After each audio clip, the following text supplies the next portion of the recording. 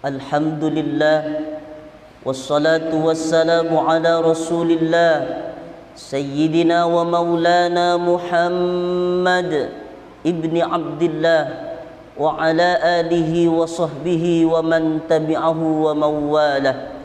Ashhadu an la ilaha illallah wahdahu la syarika lah wa ashhadu anna sayyidana Muhammadan abduhu wa rasuluh la nabiyya ba'dah. Allahumma salli wa sallim wa barik ala sayyidina wa maulana Muhammadin nabiyil ummi wa ala alihi wa sahbihi wa barik wa sallim. Wa qala ta'ala fil Qur'anil azim wa huwa asdaqul qailin.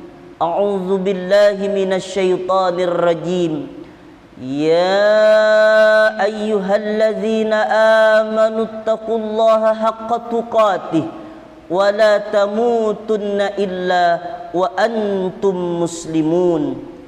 Wa qala ta'ala fi ayatil ukhra. Ya ayyuhalladzina amanu taqullaha wa qulu qawlan sadida yuslih lakum a'malakum wa yaghfir lakum dhunubakum wa may yuti'illaha wa rasulahu faqad faza fawzan 'azima. Ibadallah, usikum wa nafsi bi taqwallah wa ta'atihi faqad fazal muttaqun. Hadirin jamaah salat Jumat yang dimuliakan oleh Allah Subhanahu wa taala.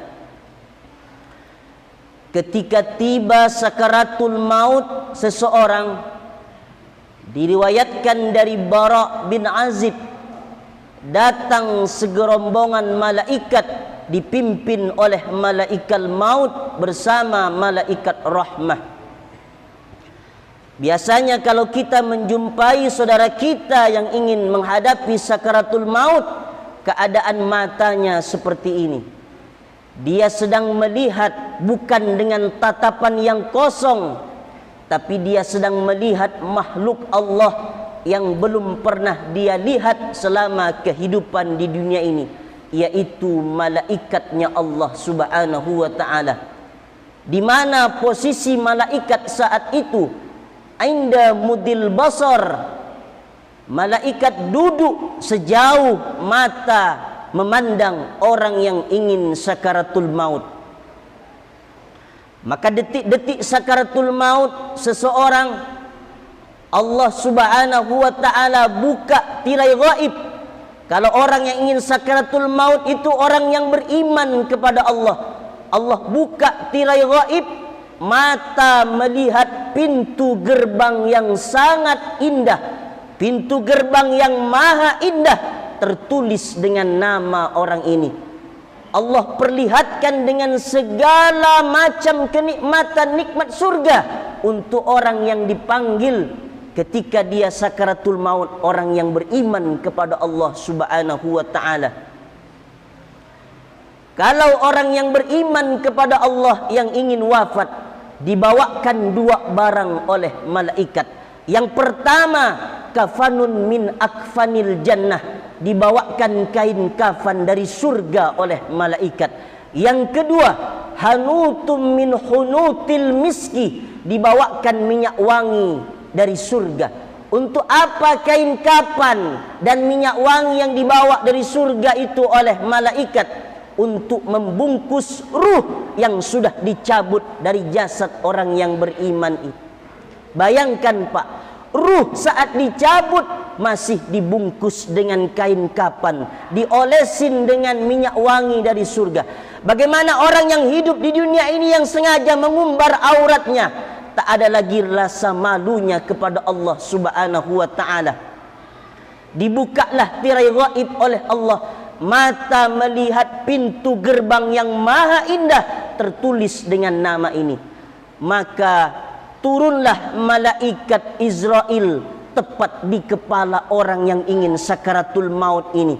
Dicabutlah ruh secara perlahan oleh malaikat maut. Dia mengatakan, Ya ayyatuhan nafsul mutmainnah, hai jiwa-jiwa yang tenang, irji'i ila rabbiki radiyatan mardiyah, pulanglah engkau kepada Tuhanmu dalam keadaan ridha dan diridai. Fadkhuli fi ibadi, masuklah engkau ke dalam golongan hamba-hambaku. Wadkhuli jannati, yaitu hamba-hamba Allah yang sudah dijanjikan surga oleh Allah Subhanahu wa ta'ala. Secara perlahan dicabut ruh dari jasad oleh malaikat maut. Saking perlahan, saking pelannya dicabut ruh dari jasad itu, sampai-sampai Nabi mengatakan ada orang yang dicabut ruh dari jasadnya seperti mencabut rambut dari tepung. Sangat ringan sekali. Karena sakitnya sakaratul maut itu ada 3, kata Nabi. Ada orang yang dicabut sakit sakaratul maut seperti tebasan pedang beratus kali di tempat yang sama. Ada ruh yang dicabut dari jasad seperti kulit kambing yang dikuliti hidup-hidup. Ada orang yang dicabut ruh dari jasad seperti mata kail pancing yang ditarik dari kulit yang basah. Tapi ada orang yang dicabut ruh dari jasad, kata Rasulullah sallallahu alaihi wasallam, seperti mencabut rambut dari adonan tepung. Ringan, mudah betul. Sehingga saat ruh dicabut dari jasad, sangat ingin bernafsu, ingin memasuki pintu gerbang yang maha indah yang tertulis dengan nama orang ini. Beda dengan orang yang sakaratul mautnya, orang yang tidak beriman kepada Allah, orang yang suka mencaci agama Allah, orang yang suka mencaci maki Al-Quran, orang yang menghinakan Islam, orang yang suka memfitnah, menggunjing, namimah. Berbeda sakaratul mautnya. Bagaimana sakaratul mautnya orang yang tidak beriman kepada Allah? Kata malaikat, ya ayyatuhan nafsul khabisah, wahai jiwa yang kotor, wahai jiwa yang keruh, ukhruj, keluar engkau, keluar wahai jiwa yang kotor, wahai ruh yang kotor. Sementara ruh tidak mau keluar dari jasad. Kenapa ruh tidak mau keluar dari jasad? Karena dia melihat pintu neraka yang tertulis dengan nama orang ini. Pintu gerbang neraka yang tertulis dengan nama orang ini. Sehingga ruh tidak mau keluar dari jasad. Dia mencengkram kepada jasad, mili demi mili, kisi demi kisi, tidak mau keluar dari jasad.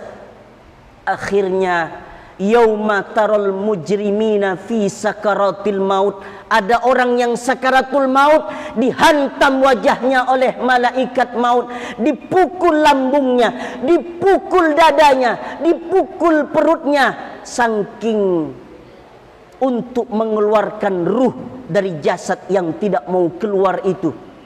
Berbeda dengan orang yang mati husnul khatimah, yang mati bawa iman kepada Allah Subhanahu wa ta'ala, dibawakan kain kafan dari surganya Allah, kemudian diberikan minyak wangi yang dibawa dari surganya Allah Subhanahu wa ta'ala. Setelah ruh dicabut dari jasad oleh malaikat maut, diserahkan kepada malaikat rahmah. Dibawalah ruh itu naik ke pintu langit yang pertama. Kemudian Nabi mengatakan, fastaftahu lahumul bab, bukakanlah pintu langit, kata malaikat. Dibuka oleh malaikat pintu langit yang pertama. Kemudian malaikat bergemuruh menyambut ruh orang yang beriman kepada Allah Subhanahu wa ta'ala ini. Malaikat bertanya, manir ruh? Ini ruhnya siapa? Hadzat thayyib, ini ruh yang sangat baik, ini ruh yang sangat wangi. Ini ruhnya siapa? Ini adalah ruhnya fulan bin fulan. Ini adalah ruh fulan bin fulanah. Dibukakanlah pintu langit yang pertama, masuklah ruh bersama yang dibawa oleh malaikat. Kemudian terus lagi naik ke pintu langit yang kedua. Sama pertanyaan oleh malaikat, manir ruh? Ini ruhnya siapa? Hadzat thayyib, ini ruh yang sangat baik, ini ruh yang sangat wangi. dibukakan pintu langit yang kedua, sampailah ke pintu langit yang ketiga. Sama juga pertanyaannya oleh malaikat. Sampailah ke pintu langit yang ketujuh. Kemudian Allah berfirman, aiduhu ilal ardi, sesungguhnya aku menciptakan hambaku ini dari tanah, maka balikkanlah dia lagi ke tanah. Dibawalah turun oleh malaikat-malaikat ruh tadi untuk berjumpa dengan jasad yang sudah dimandikan oleh orang yang takziah, yang sudah dikafankan oleh orang yang takziah, yang sudah disolatkan oleh orang yang takziah. Kemudian diantarkanlah jasad ini ke tempat pengistirahatan yang terakhir. Ditunggulah oleh ruh jasad ini. Setelah jasad itu ditanam, dikuburkan oleh orang yang takziah, kemudian masuklah ruh berjumpa dengan jasad yang sudah tidak lagi bersama ruh itu tadi. Mendengarlah suara langkah kaki yang terakhir orang yang pergi mengantarkan ke tempat area perkuburan. Mendengarlah langkah kaki orang yang takziah ruh ini. Kemudianlah datang dua malaikat Munkar dan Nakir. Dia bertanya, "Man rabbuka?" Siapa Tuhanmu? "Wa man nabiyuka?" Siapa nabimu? "Wa ma dinuka?" Apa agamamu? "Wa ma imamuka?" Apa imammu? "Wa ma kiblatuka?" Di mana kiblatmu? "Wa ma ikhwatuka?" Siapa saudaramu? Orang yang beriman ini diteguhkan oleh Allah Subhanahu wa taala. Nabi membacakan ayat Allah Subhanahu wa taala, "Yutsabbitullahu alladhina amanu bil qauli tsabit fil hayatid dunya wal akhirah." Orang yang beriman itu kenapa sanggup menjawab pertanyaan malaikat Munkar dan Nakir? Padahal andai diizinkan telinga ini oleh Allah untuk mendengar pertanyaan Munkar dan Nakir, maka pecahlah gendang telinga ini saking nyaringnya pertanyaan malaikat Munkar dan Nakir. Kenapa orang yang beriman itu diteguhkan lisannya bisa menjawab? Dia dibantu oleh Allah Subhanahu wa taala. Allah bantu orang yang beriman untuk menjawab pertanyaan malaikat Munkar dan Nakirnya Allah Subhanahu wa taala.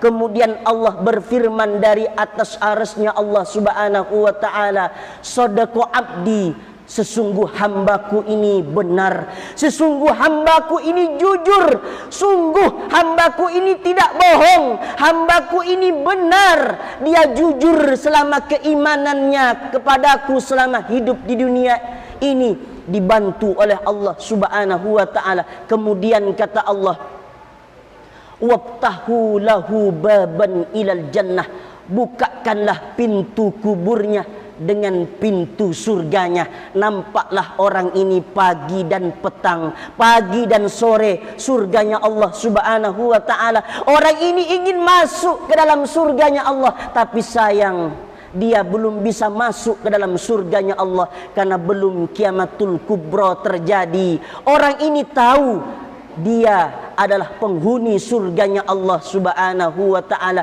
Allah bukalah pintu surga dan pintu kuburnya sehingga dia mendapat kenikmatan dari Allah Subhanahu wa taala. Lalu di mana ruh itu diletakkan oleh Allah Subhanahu wa taala? Di mana ruh itu disimpan oleh Allah? Maka kita mesti ikut pendapat ulama. Kita tidak bisa menyampaikan sesuatu tanpa pewaris Nabi. Al ulama warasatul anbiya. Ulama adalah pewaris Nabi. Kata Imam Ibnu Qayyim Al-Jauziyah dalam kitab Ar-Ruh, ruh itu disimpan oleh Allah di alam barzah. Dia mendapat kenikmatan dari Allah Subhanahu wa taala. Ada ruh yang disimpan oleh Allah antara langit dan bumi, tidak tembus kepada Allah. Ini ruhnya siapa? Ini adalah ruh orang waktu di dunia pernah punya hutang, kemudian dia tidak sempat melunasi hutangnya. Ruhnya masih ngambang antara langit dan buminya Allah Subhanahu wa taala. Kemudian ada ruh yang disimpan oleh Allah dalam sebuah tempat tempat namanya tanur. Tanur ini seperti periuk, mulutnya sempit, mulutnya kecil, sementara di bawahnya besar. Ruh ini dipanggang dengan api oleh malaikatnya Allah. Tiap kali ingin keluar ruh ini tidak bisa keluar, dipanggang oleh malaikat dengan api oleh Allah Subhanahu wa taala. Ini ruhnya siapa? Ini adalah ruh orang yang berzina, yang belum sempat bertaubat kepada Allah Subhanahu wa taala. Ada ruh yang disimpan oleh Allah Subhanahu wa taala di sebuah sungai darah. Setiap kali menggelintir ruh ini dihantam dengan batu oleh malaikat. Tiap kali menggelintir ruh ini dihantam oleh malaikat dengan batu yang sangat besar. Ini ruhnya siapa? Ini adalah ruhnya orang yang waktu di dunia suka makan riba, mati dalam keadaan tidak bertaubat kepada Allah Subhanahu wa taala. Kemudian ada ruh yang disimpan oleh Allah di paruh burung hijau. Dia tidur bergelantungan di bawah arsy-Nya Allah. Ini ruhnya siapa? Ini adalah ruh orang yang mati syahid, orang yang fisabilillah, orang yang mati dalam keadaan husnul khatimah. Kemudian ada ruh yang disimpan oleh Allah di dalam paruh burung, tapi burungnya tidak berwarna hijau. Ini ruhnya siapa? Ini adalah ruh orang yang membawa bekal keimanan, amal soleh di hadapan Allah Subhanahu wa taala. Ditemanilah ruh oleh seseorang sampai hari kiamat ketika dia membawa iman. Lalu dia bertanya, kamu siapa? Ana a'malukas soleh fid dunya. Aku adalah amal solehmu waktu di dunia. Ini solat Jumat berjamaahmu, ini solawatmu, ini bacaan Al-Quranmu, ini zikirmu, ini sedekahmu. Ditemanilah oleh amal solehnya. Mudah-mudahan kita semua mati dalam keadaan husnul khatimah di hadapan Allah Subhanahu wa taala. Barakallahu li wa lakum fil Qur'anil azim wa nafa'ani wa iyyakum bima fihi minal ayati wadh-dhikril hakim wa taqabbala minni wa minkum tilawatahu innahu huwal ghafurur rahim.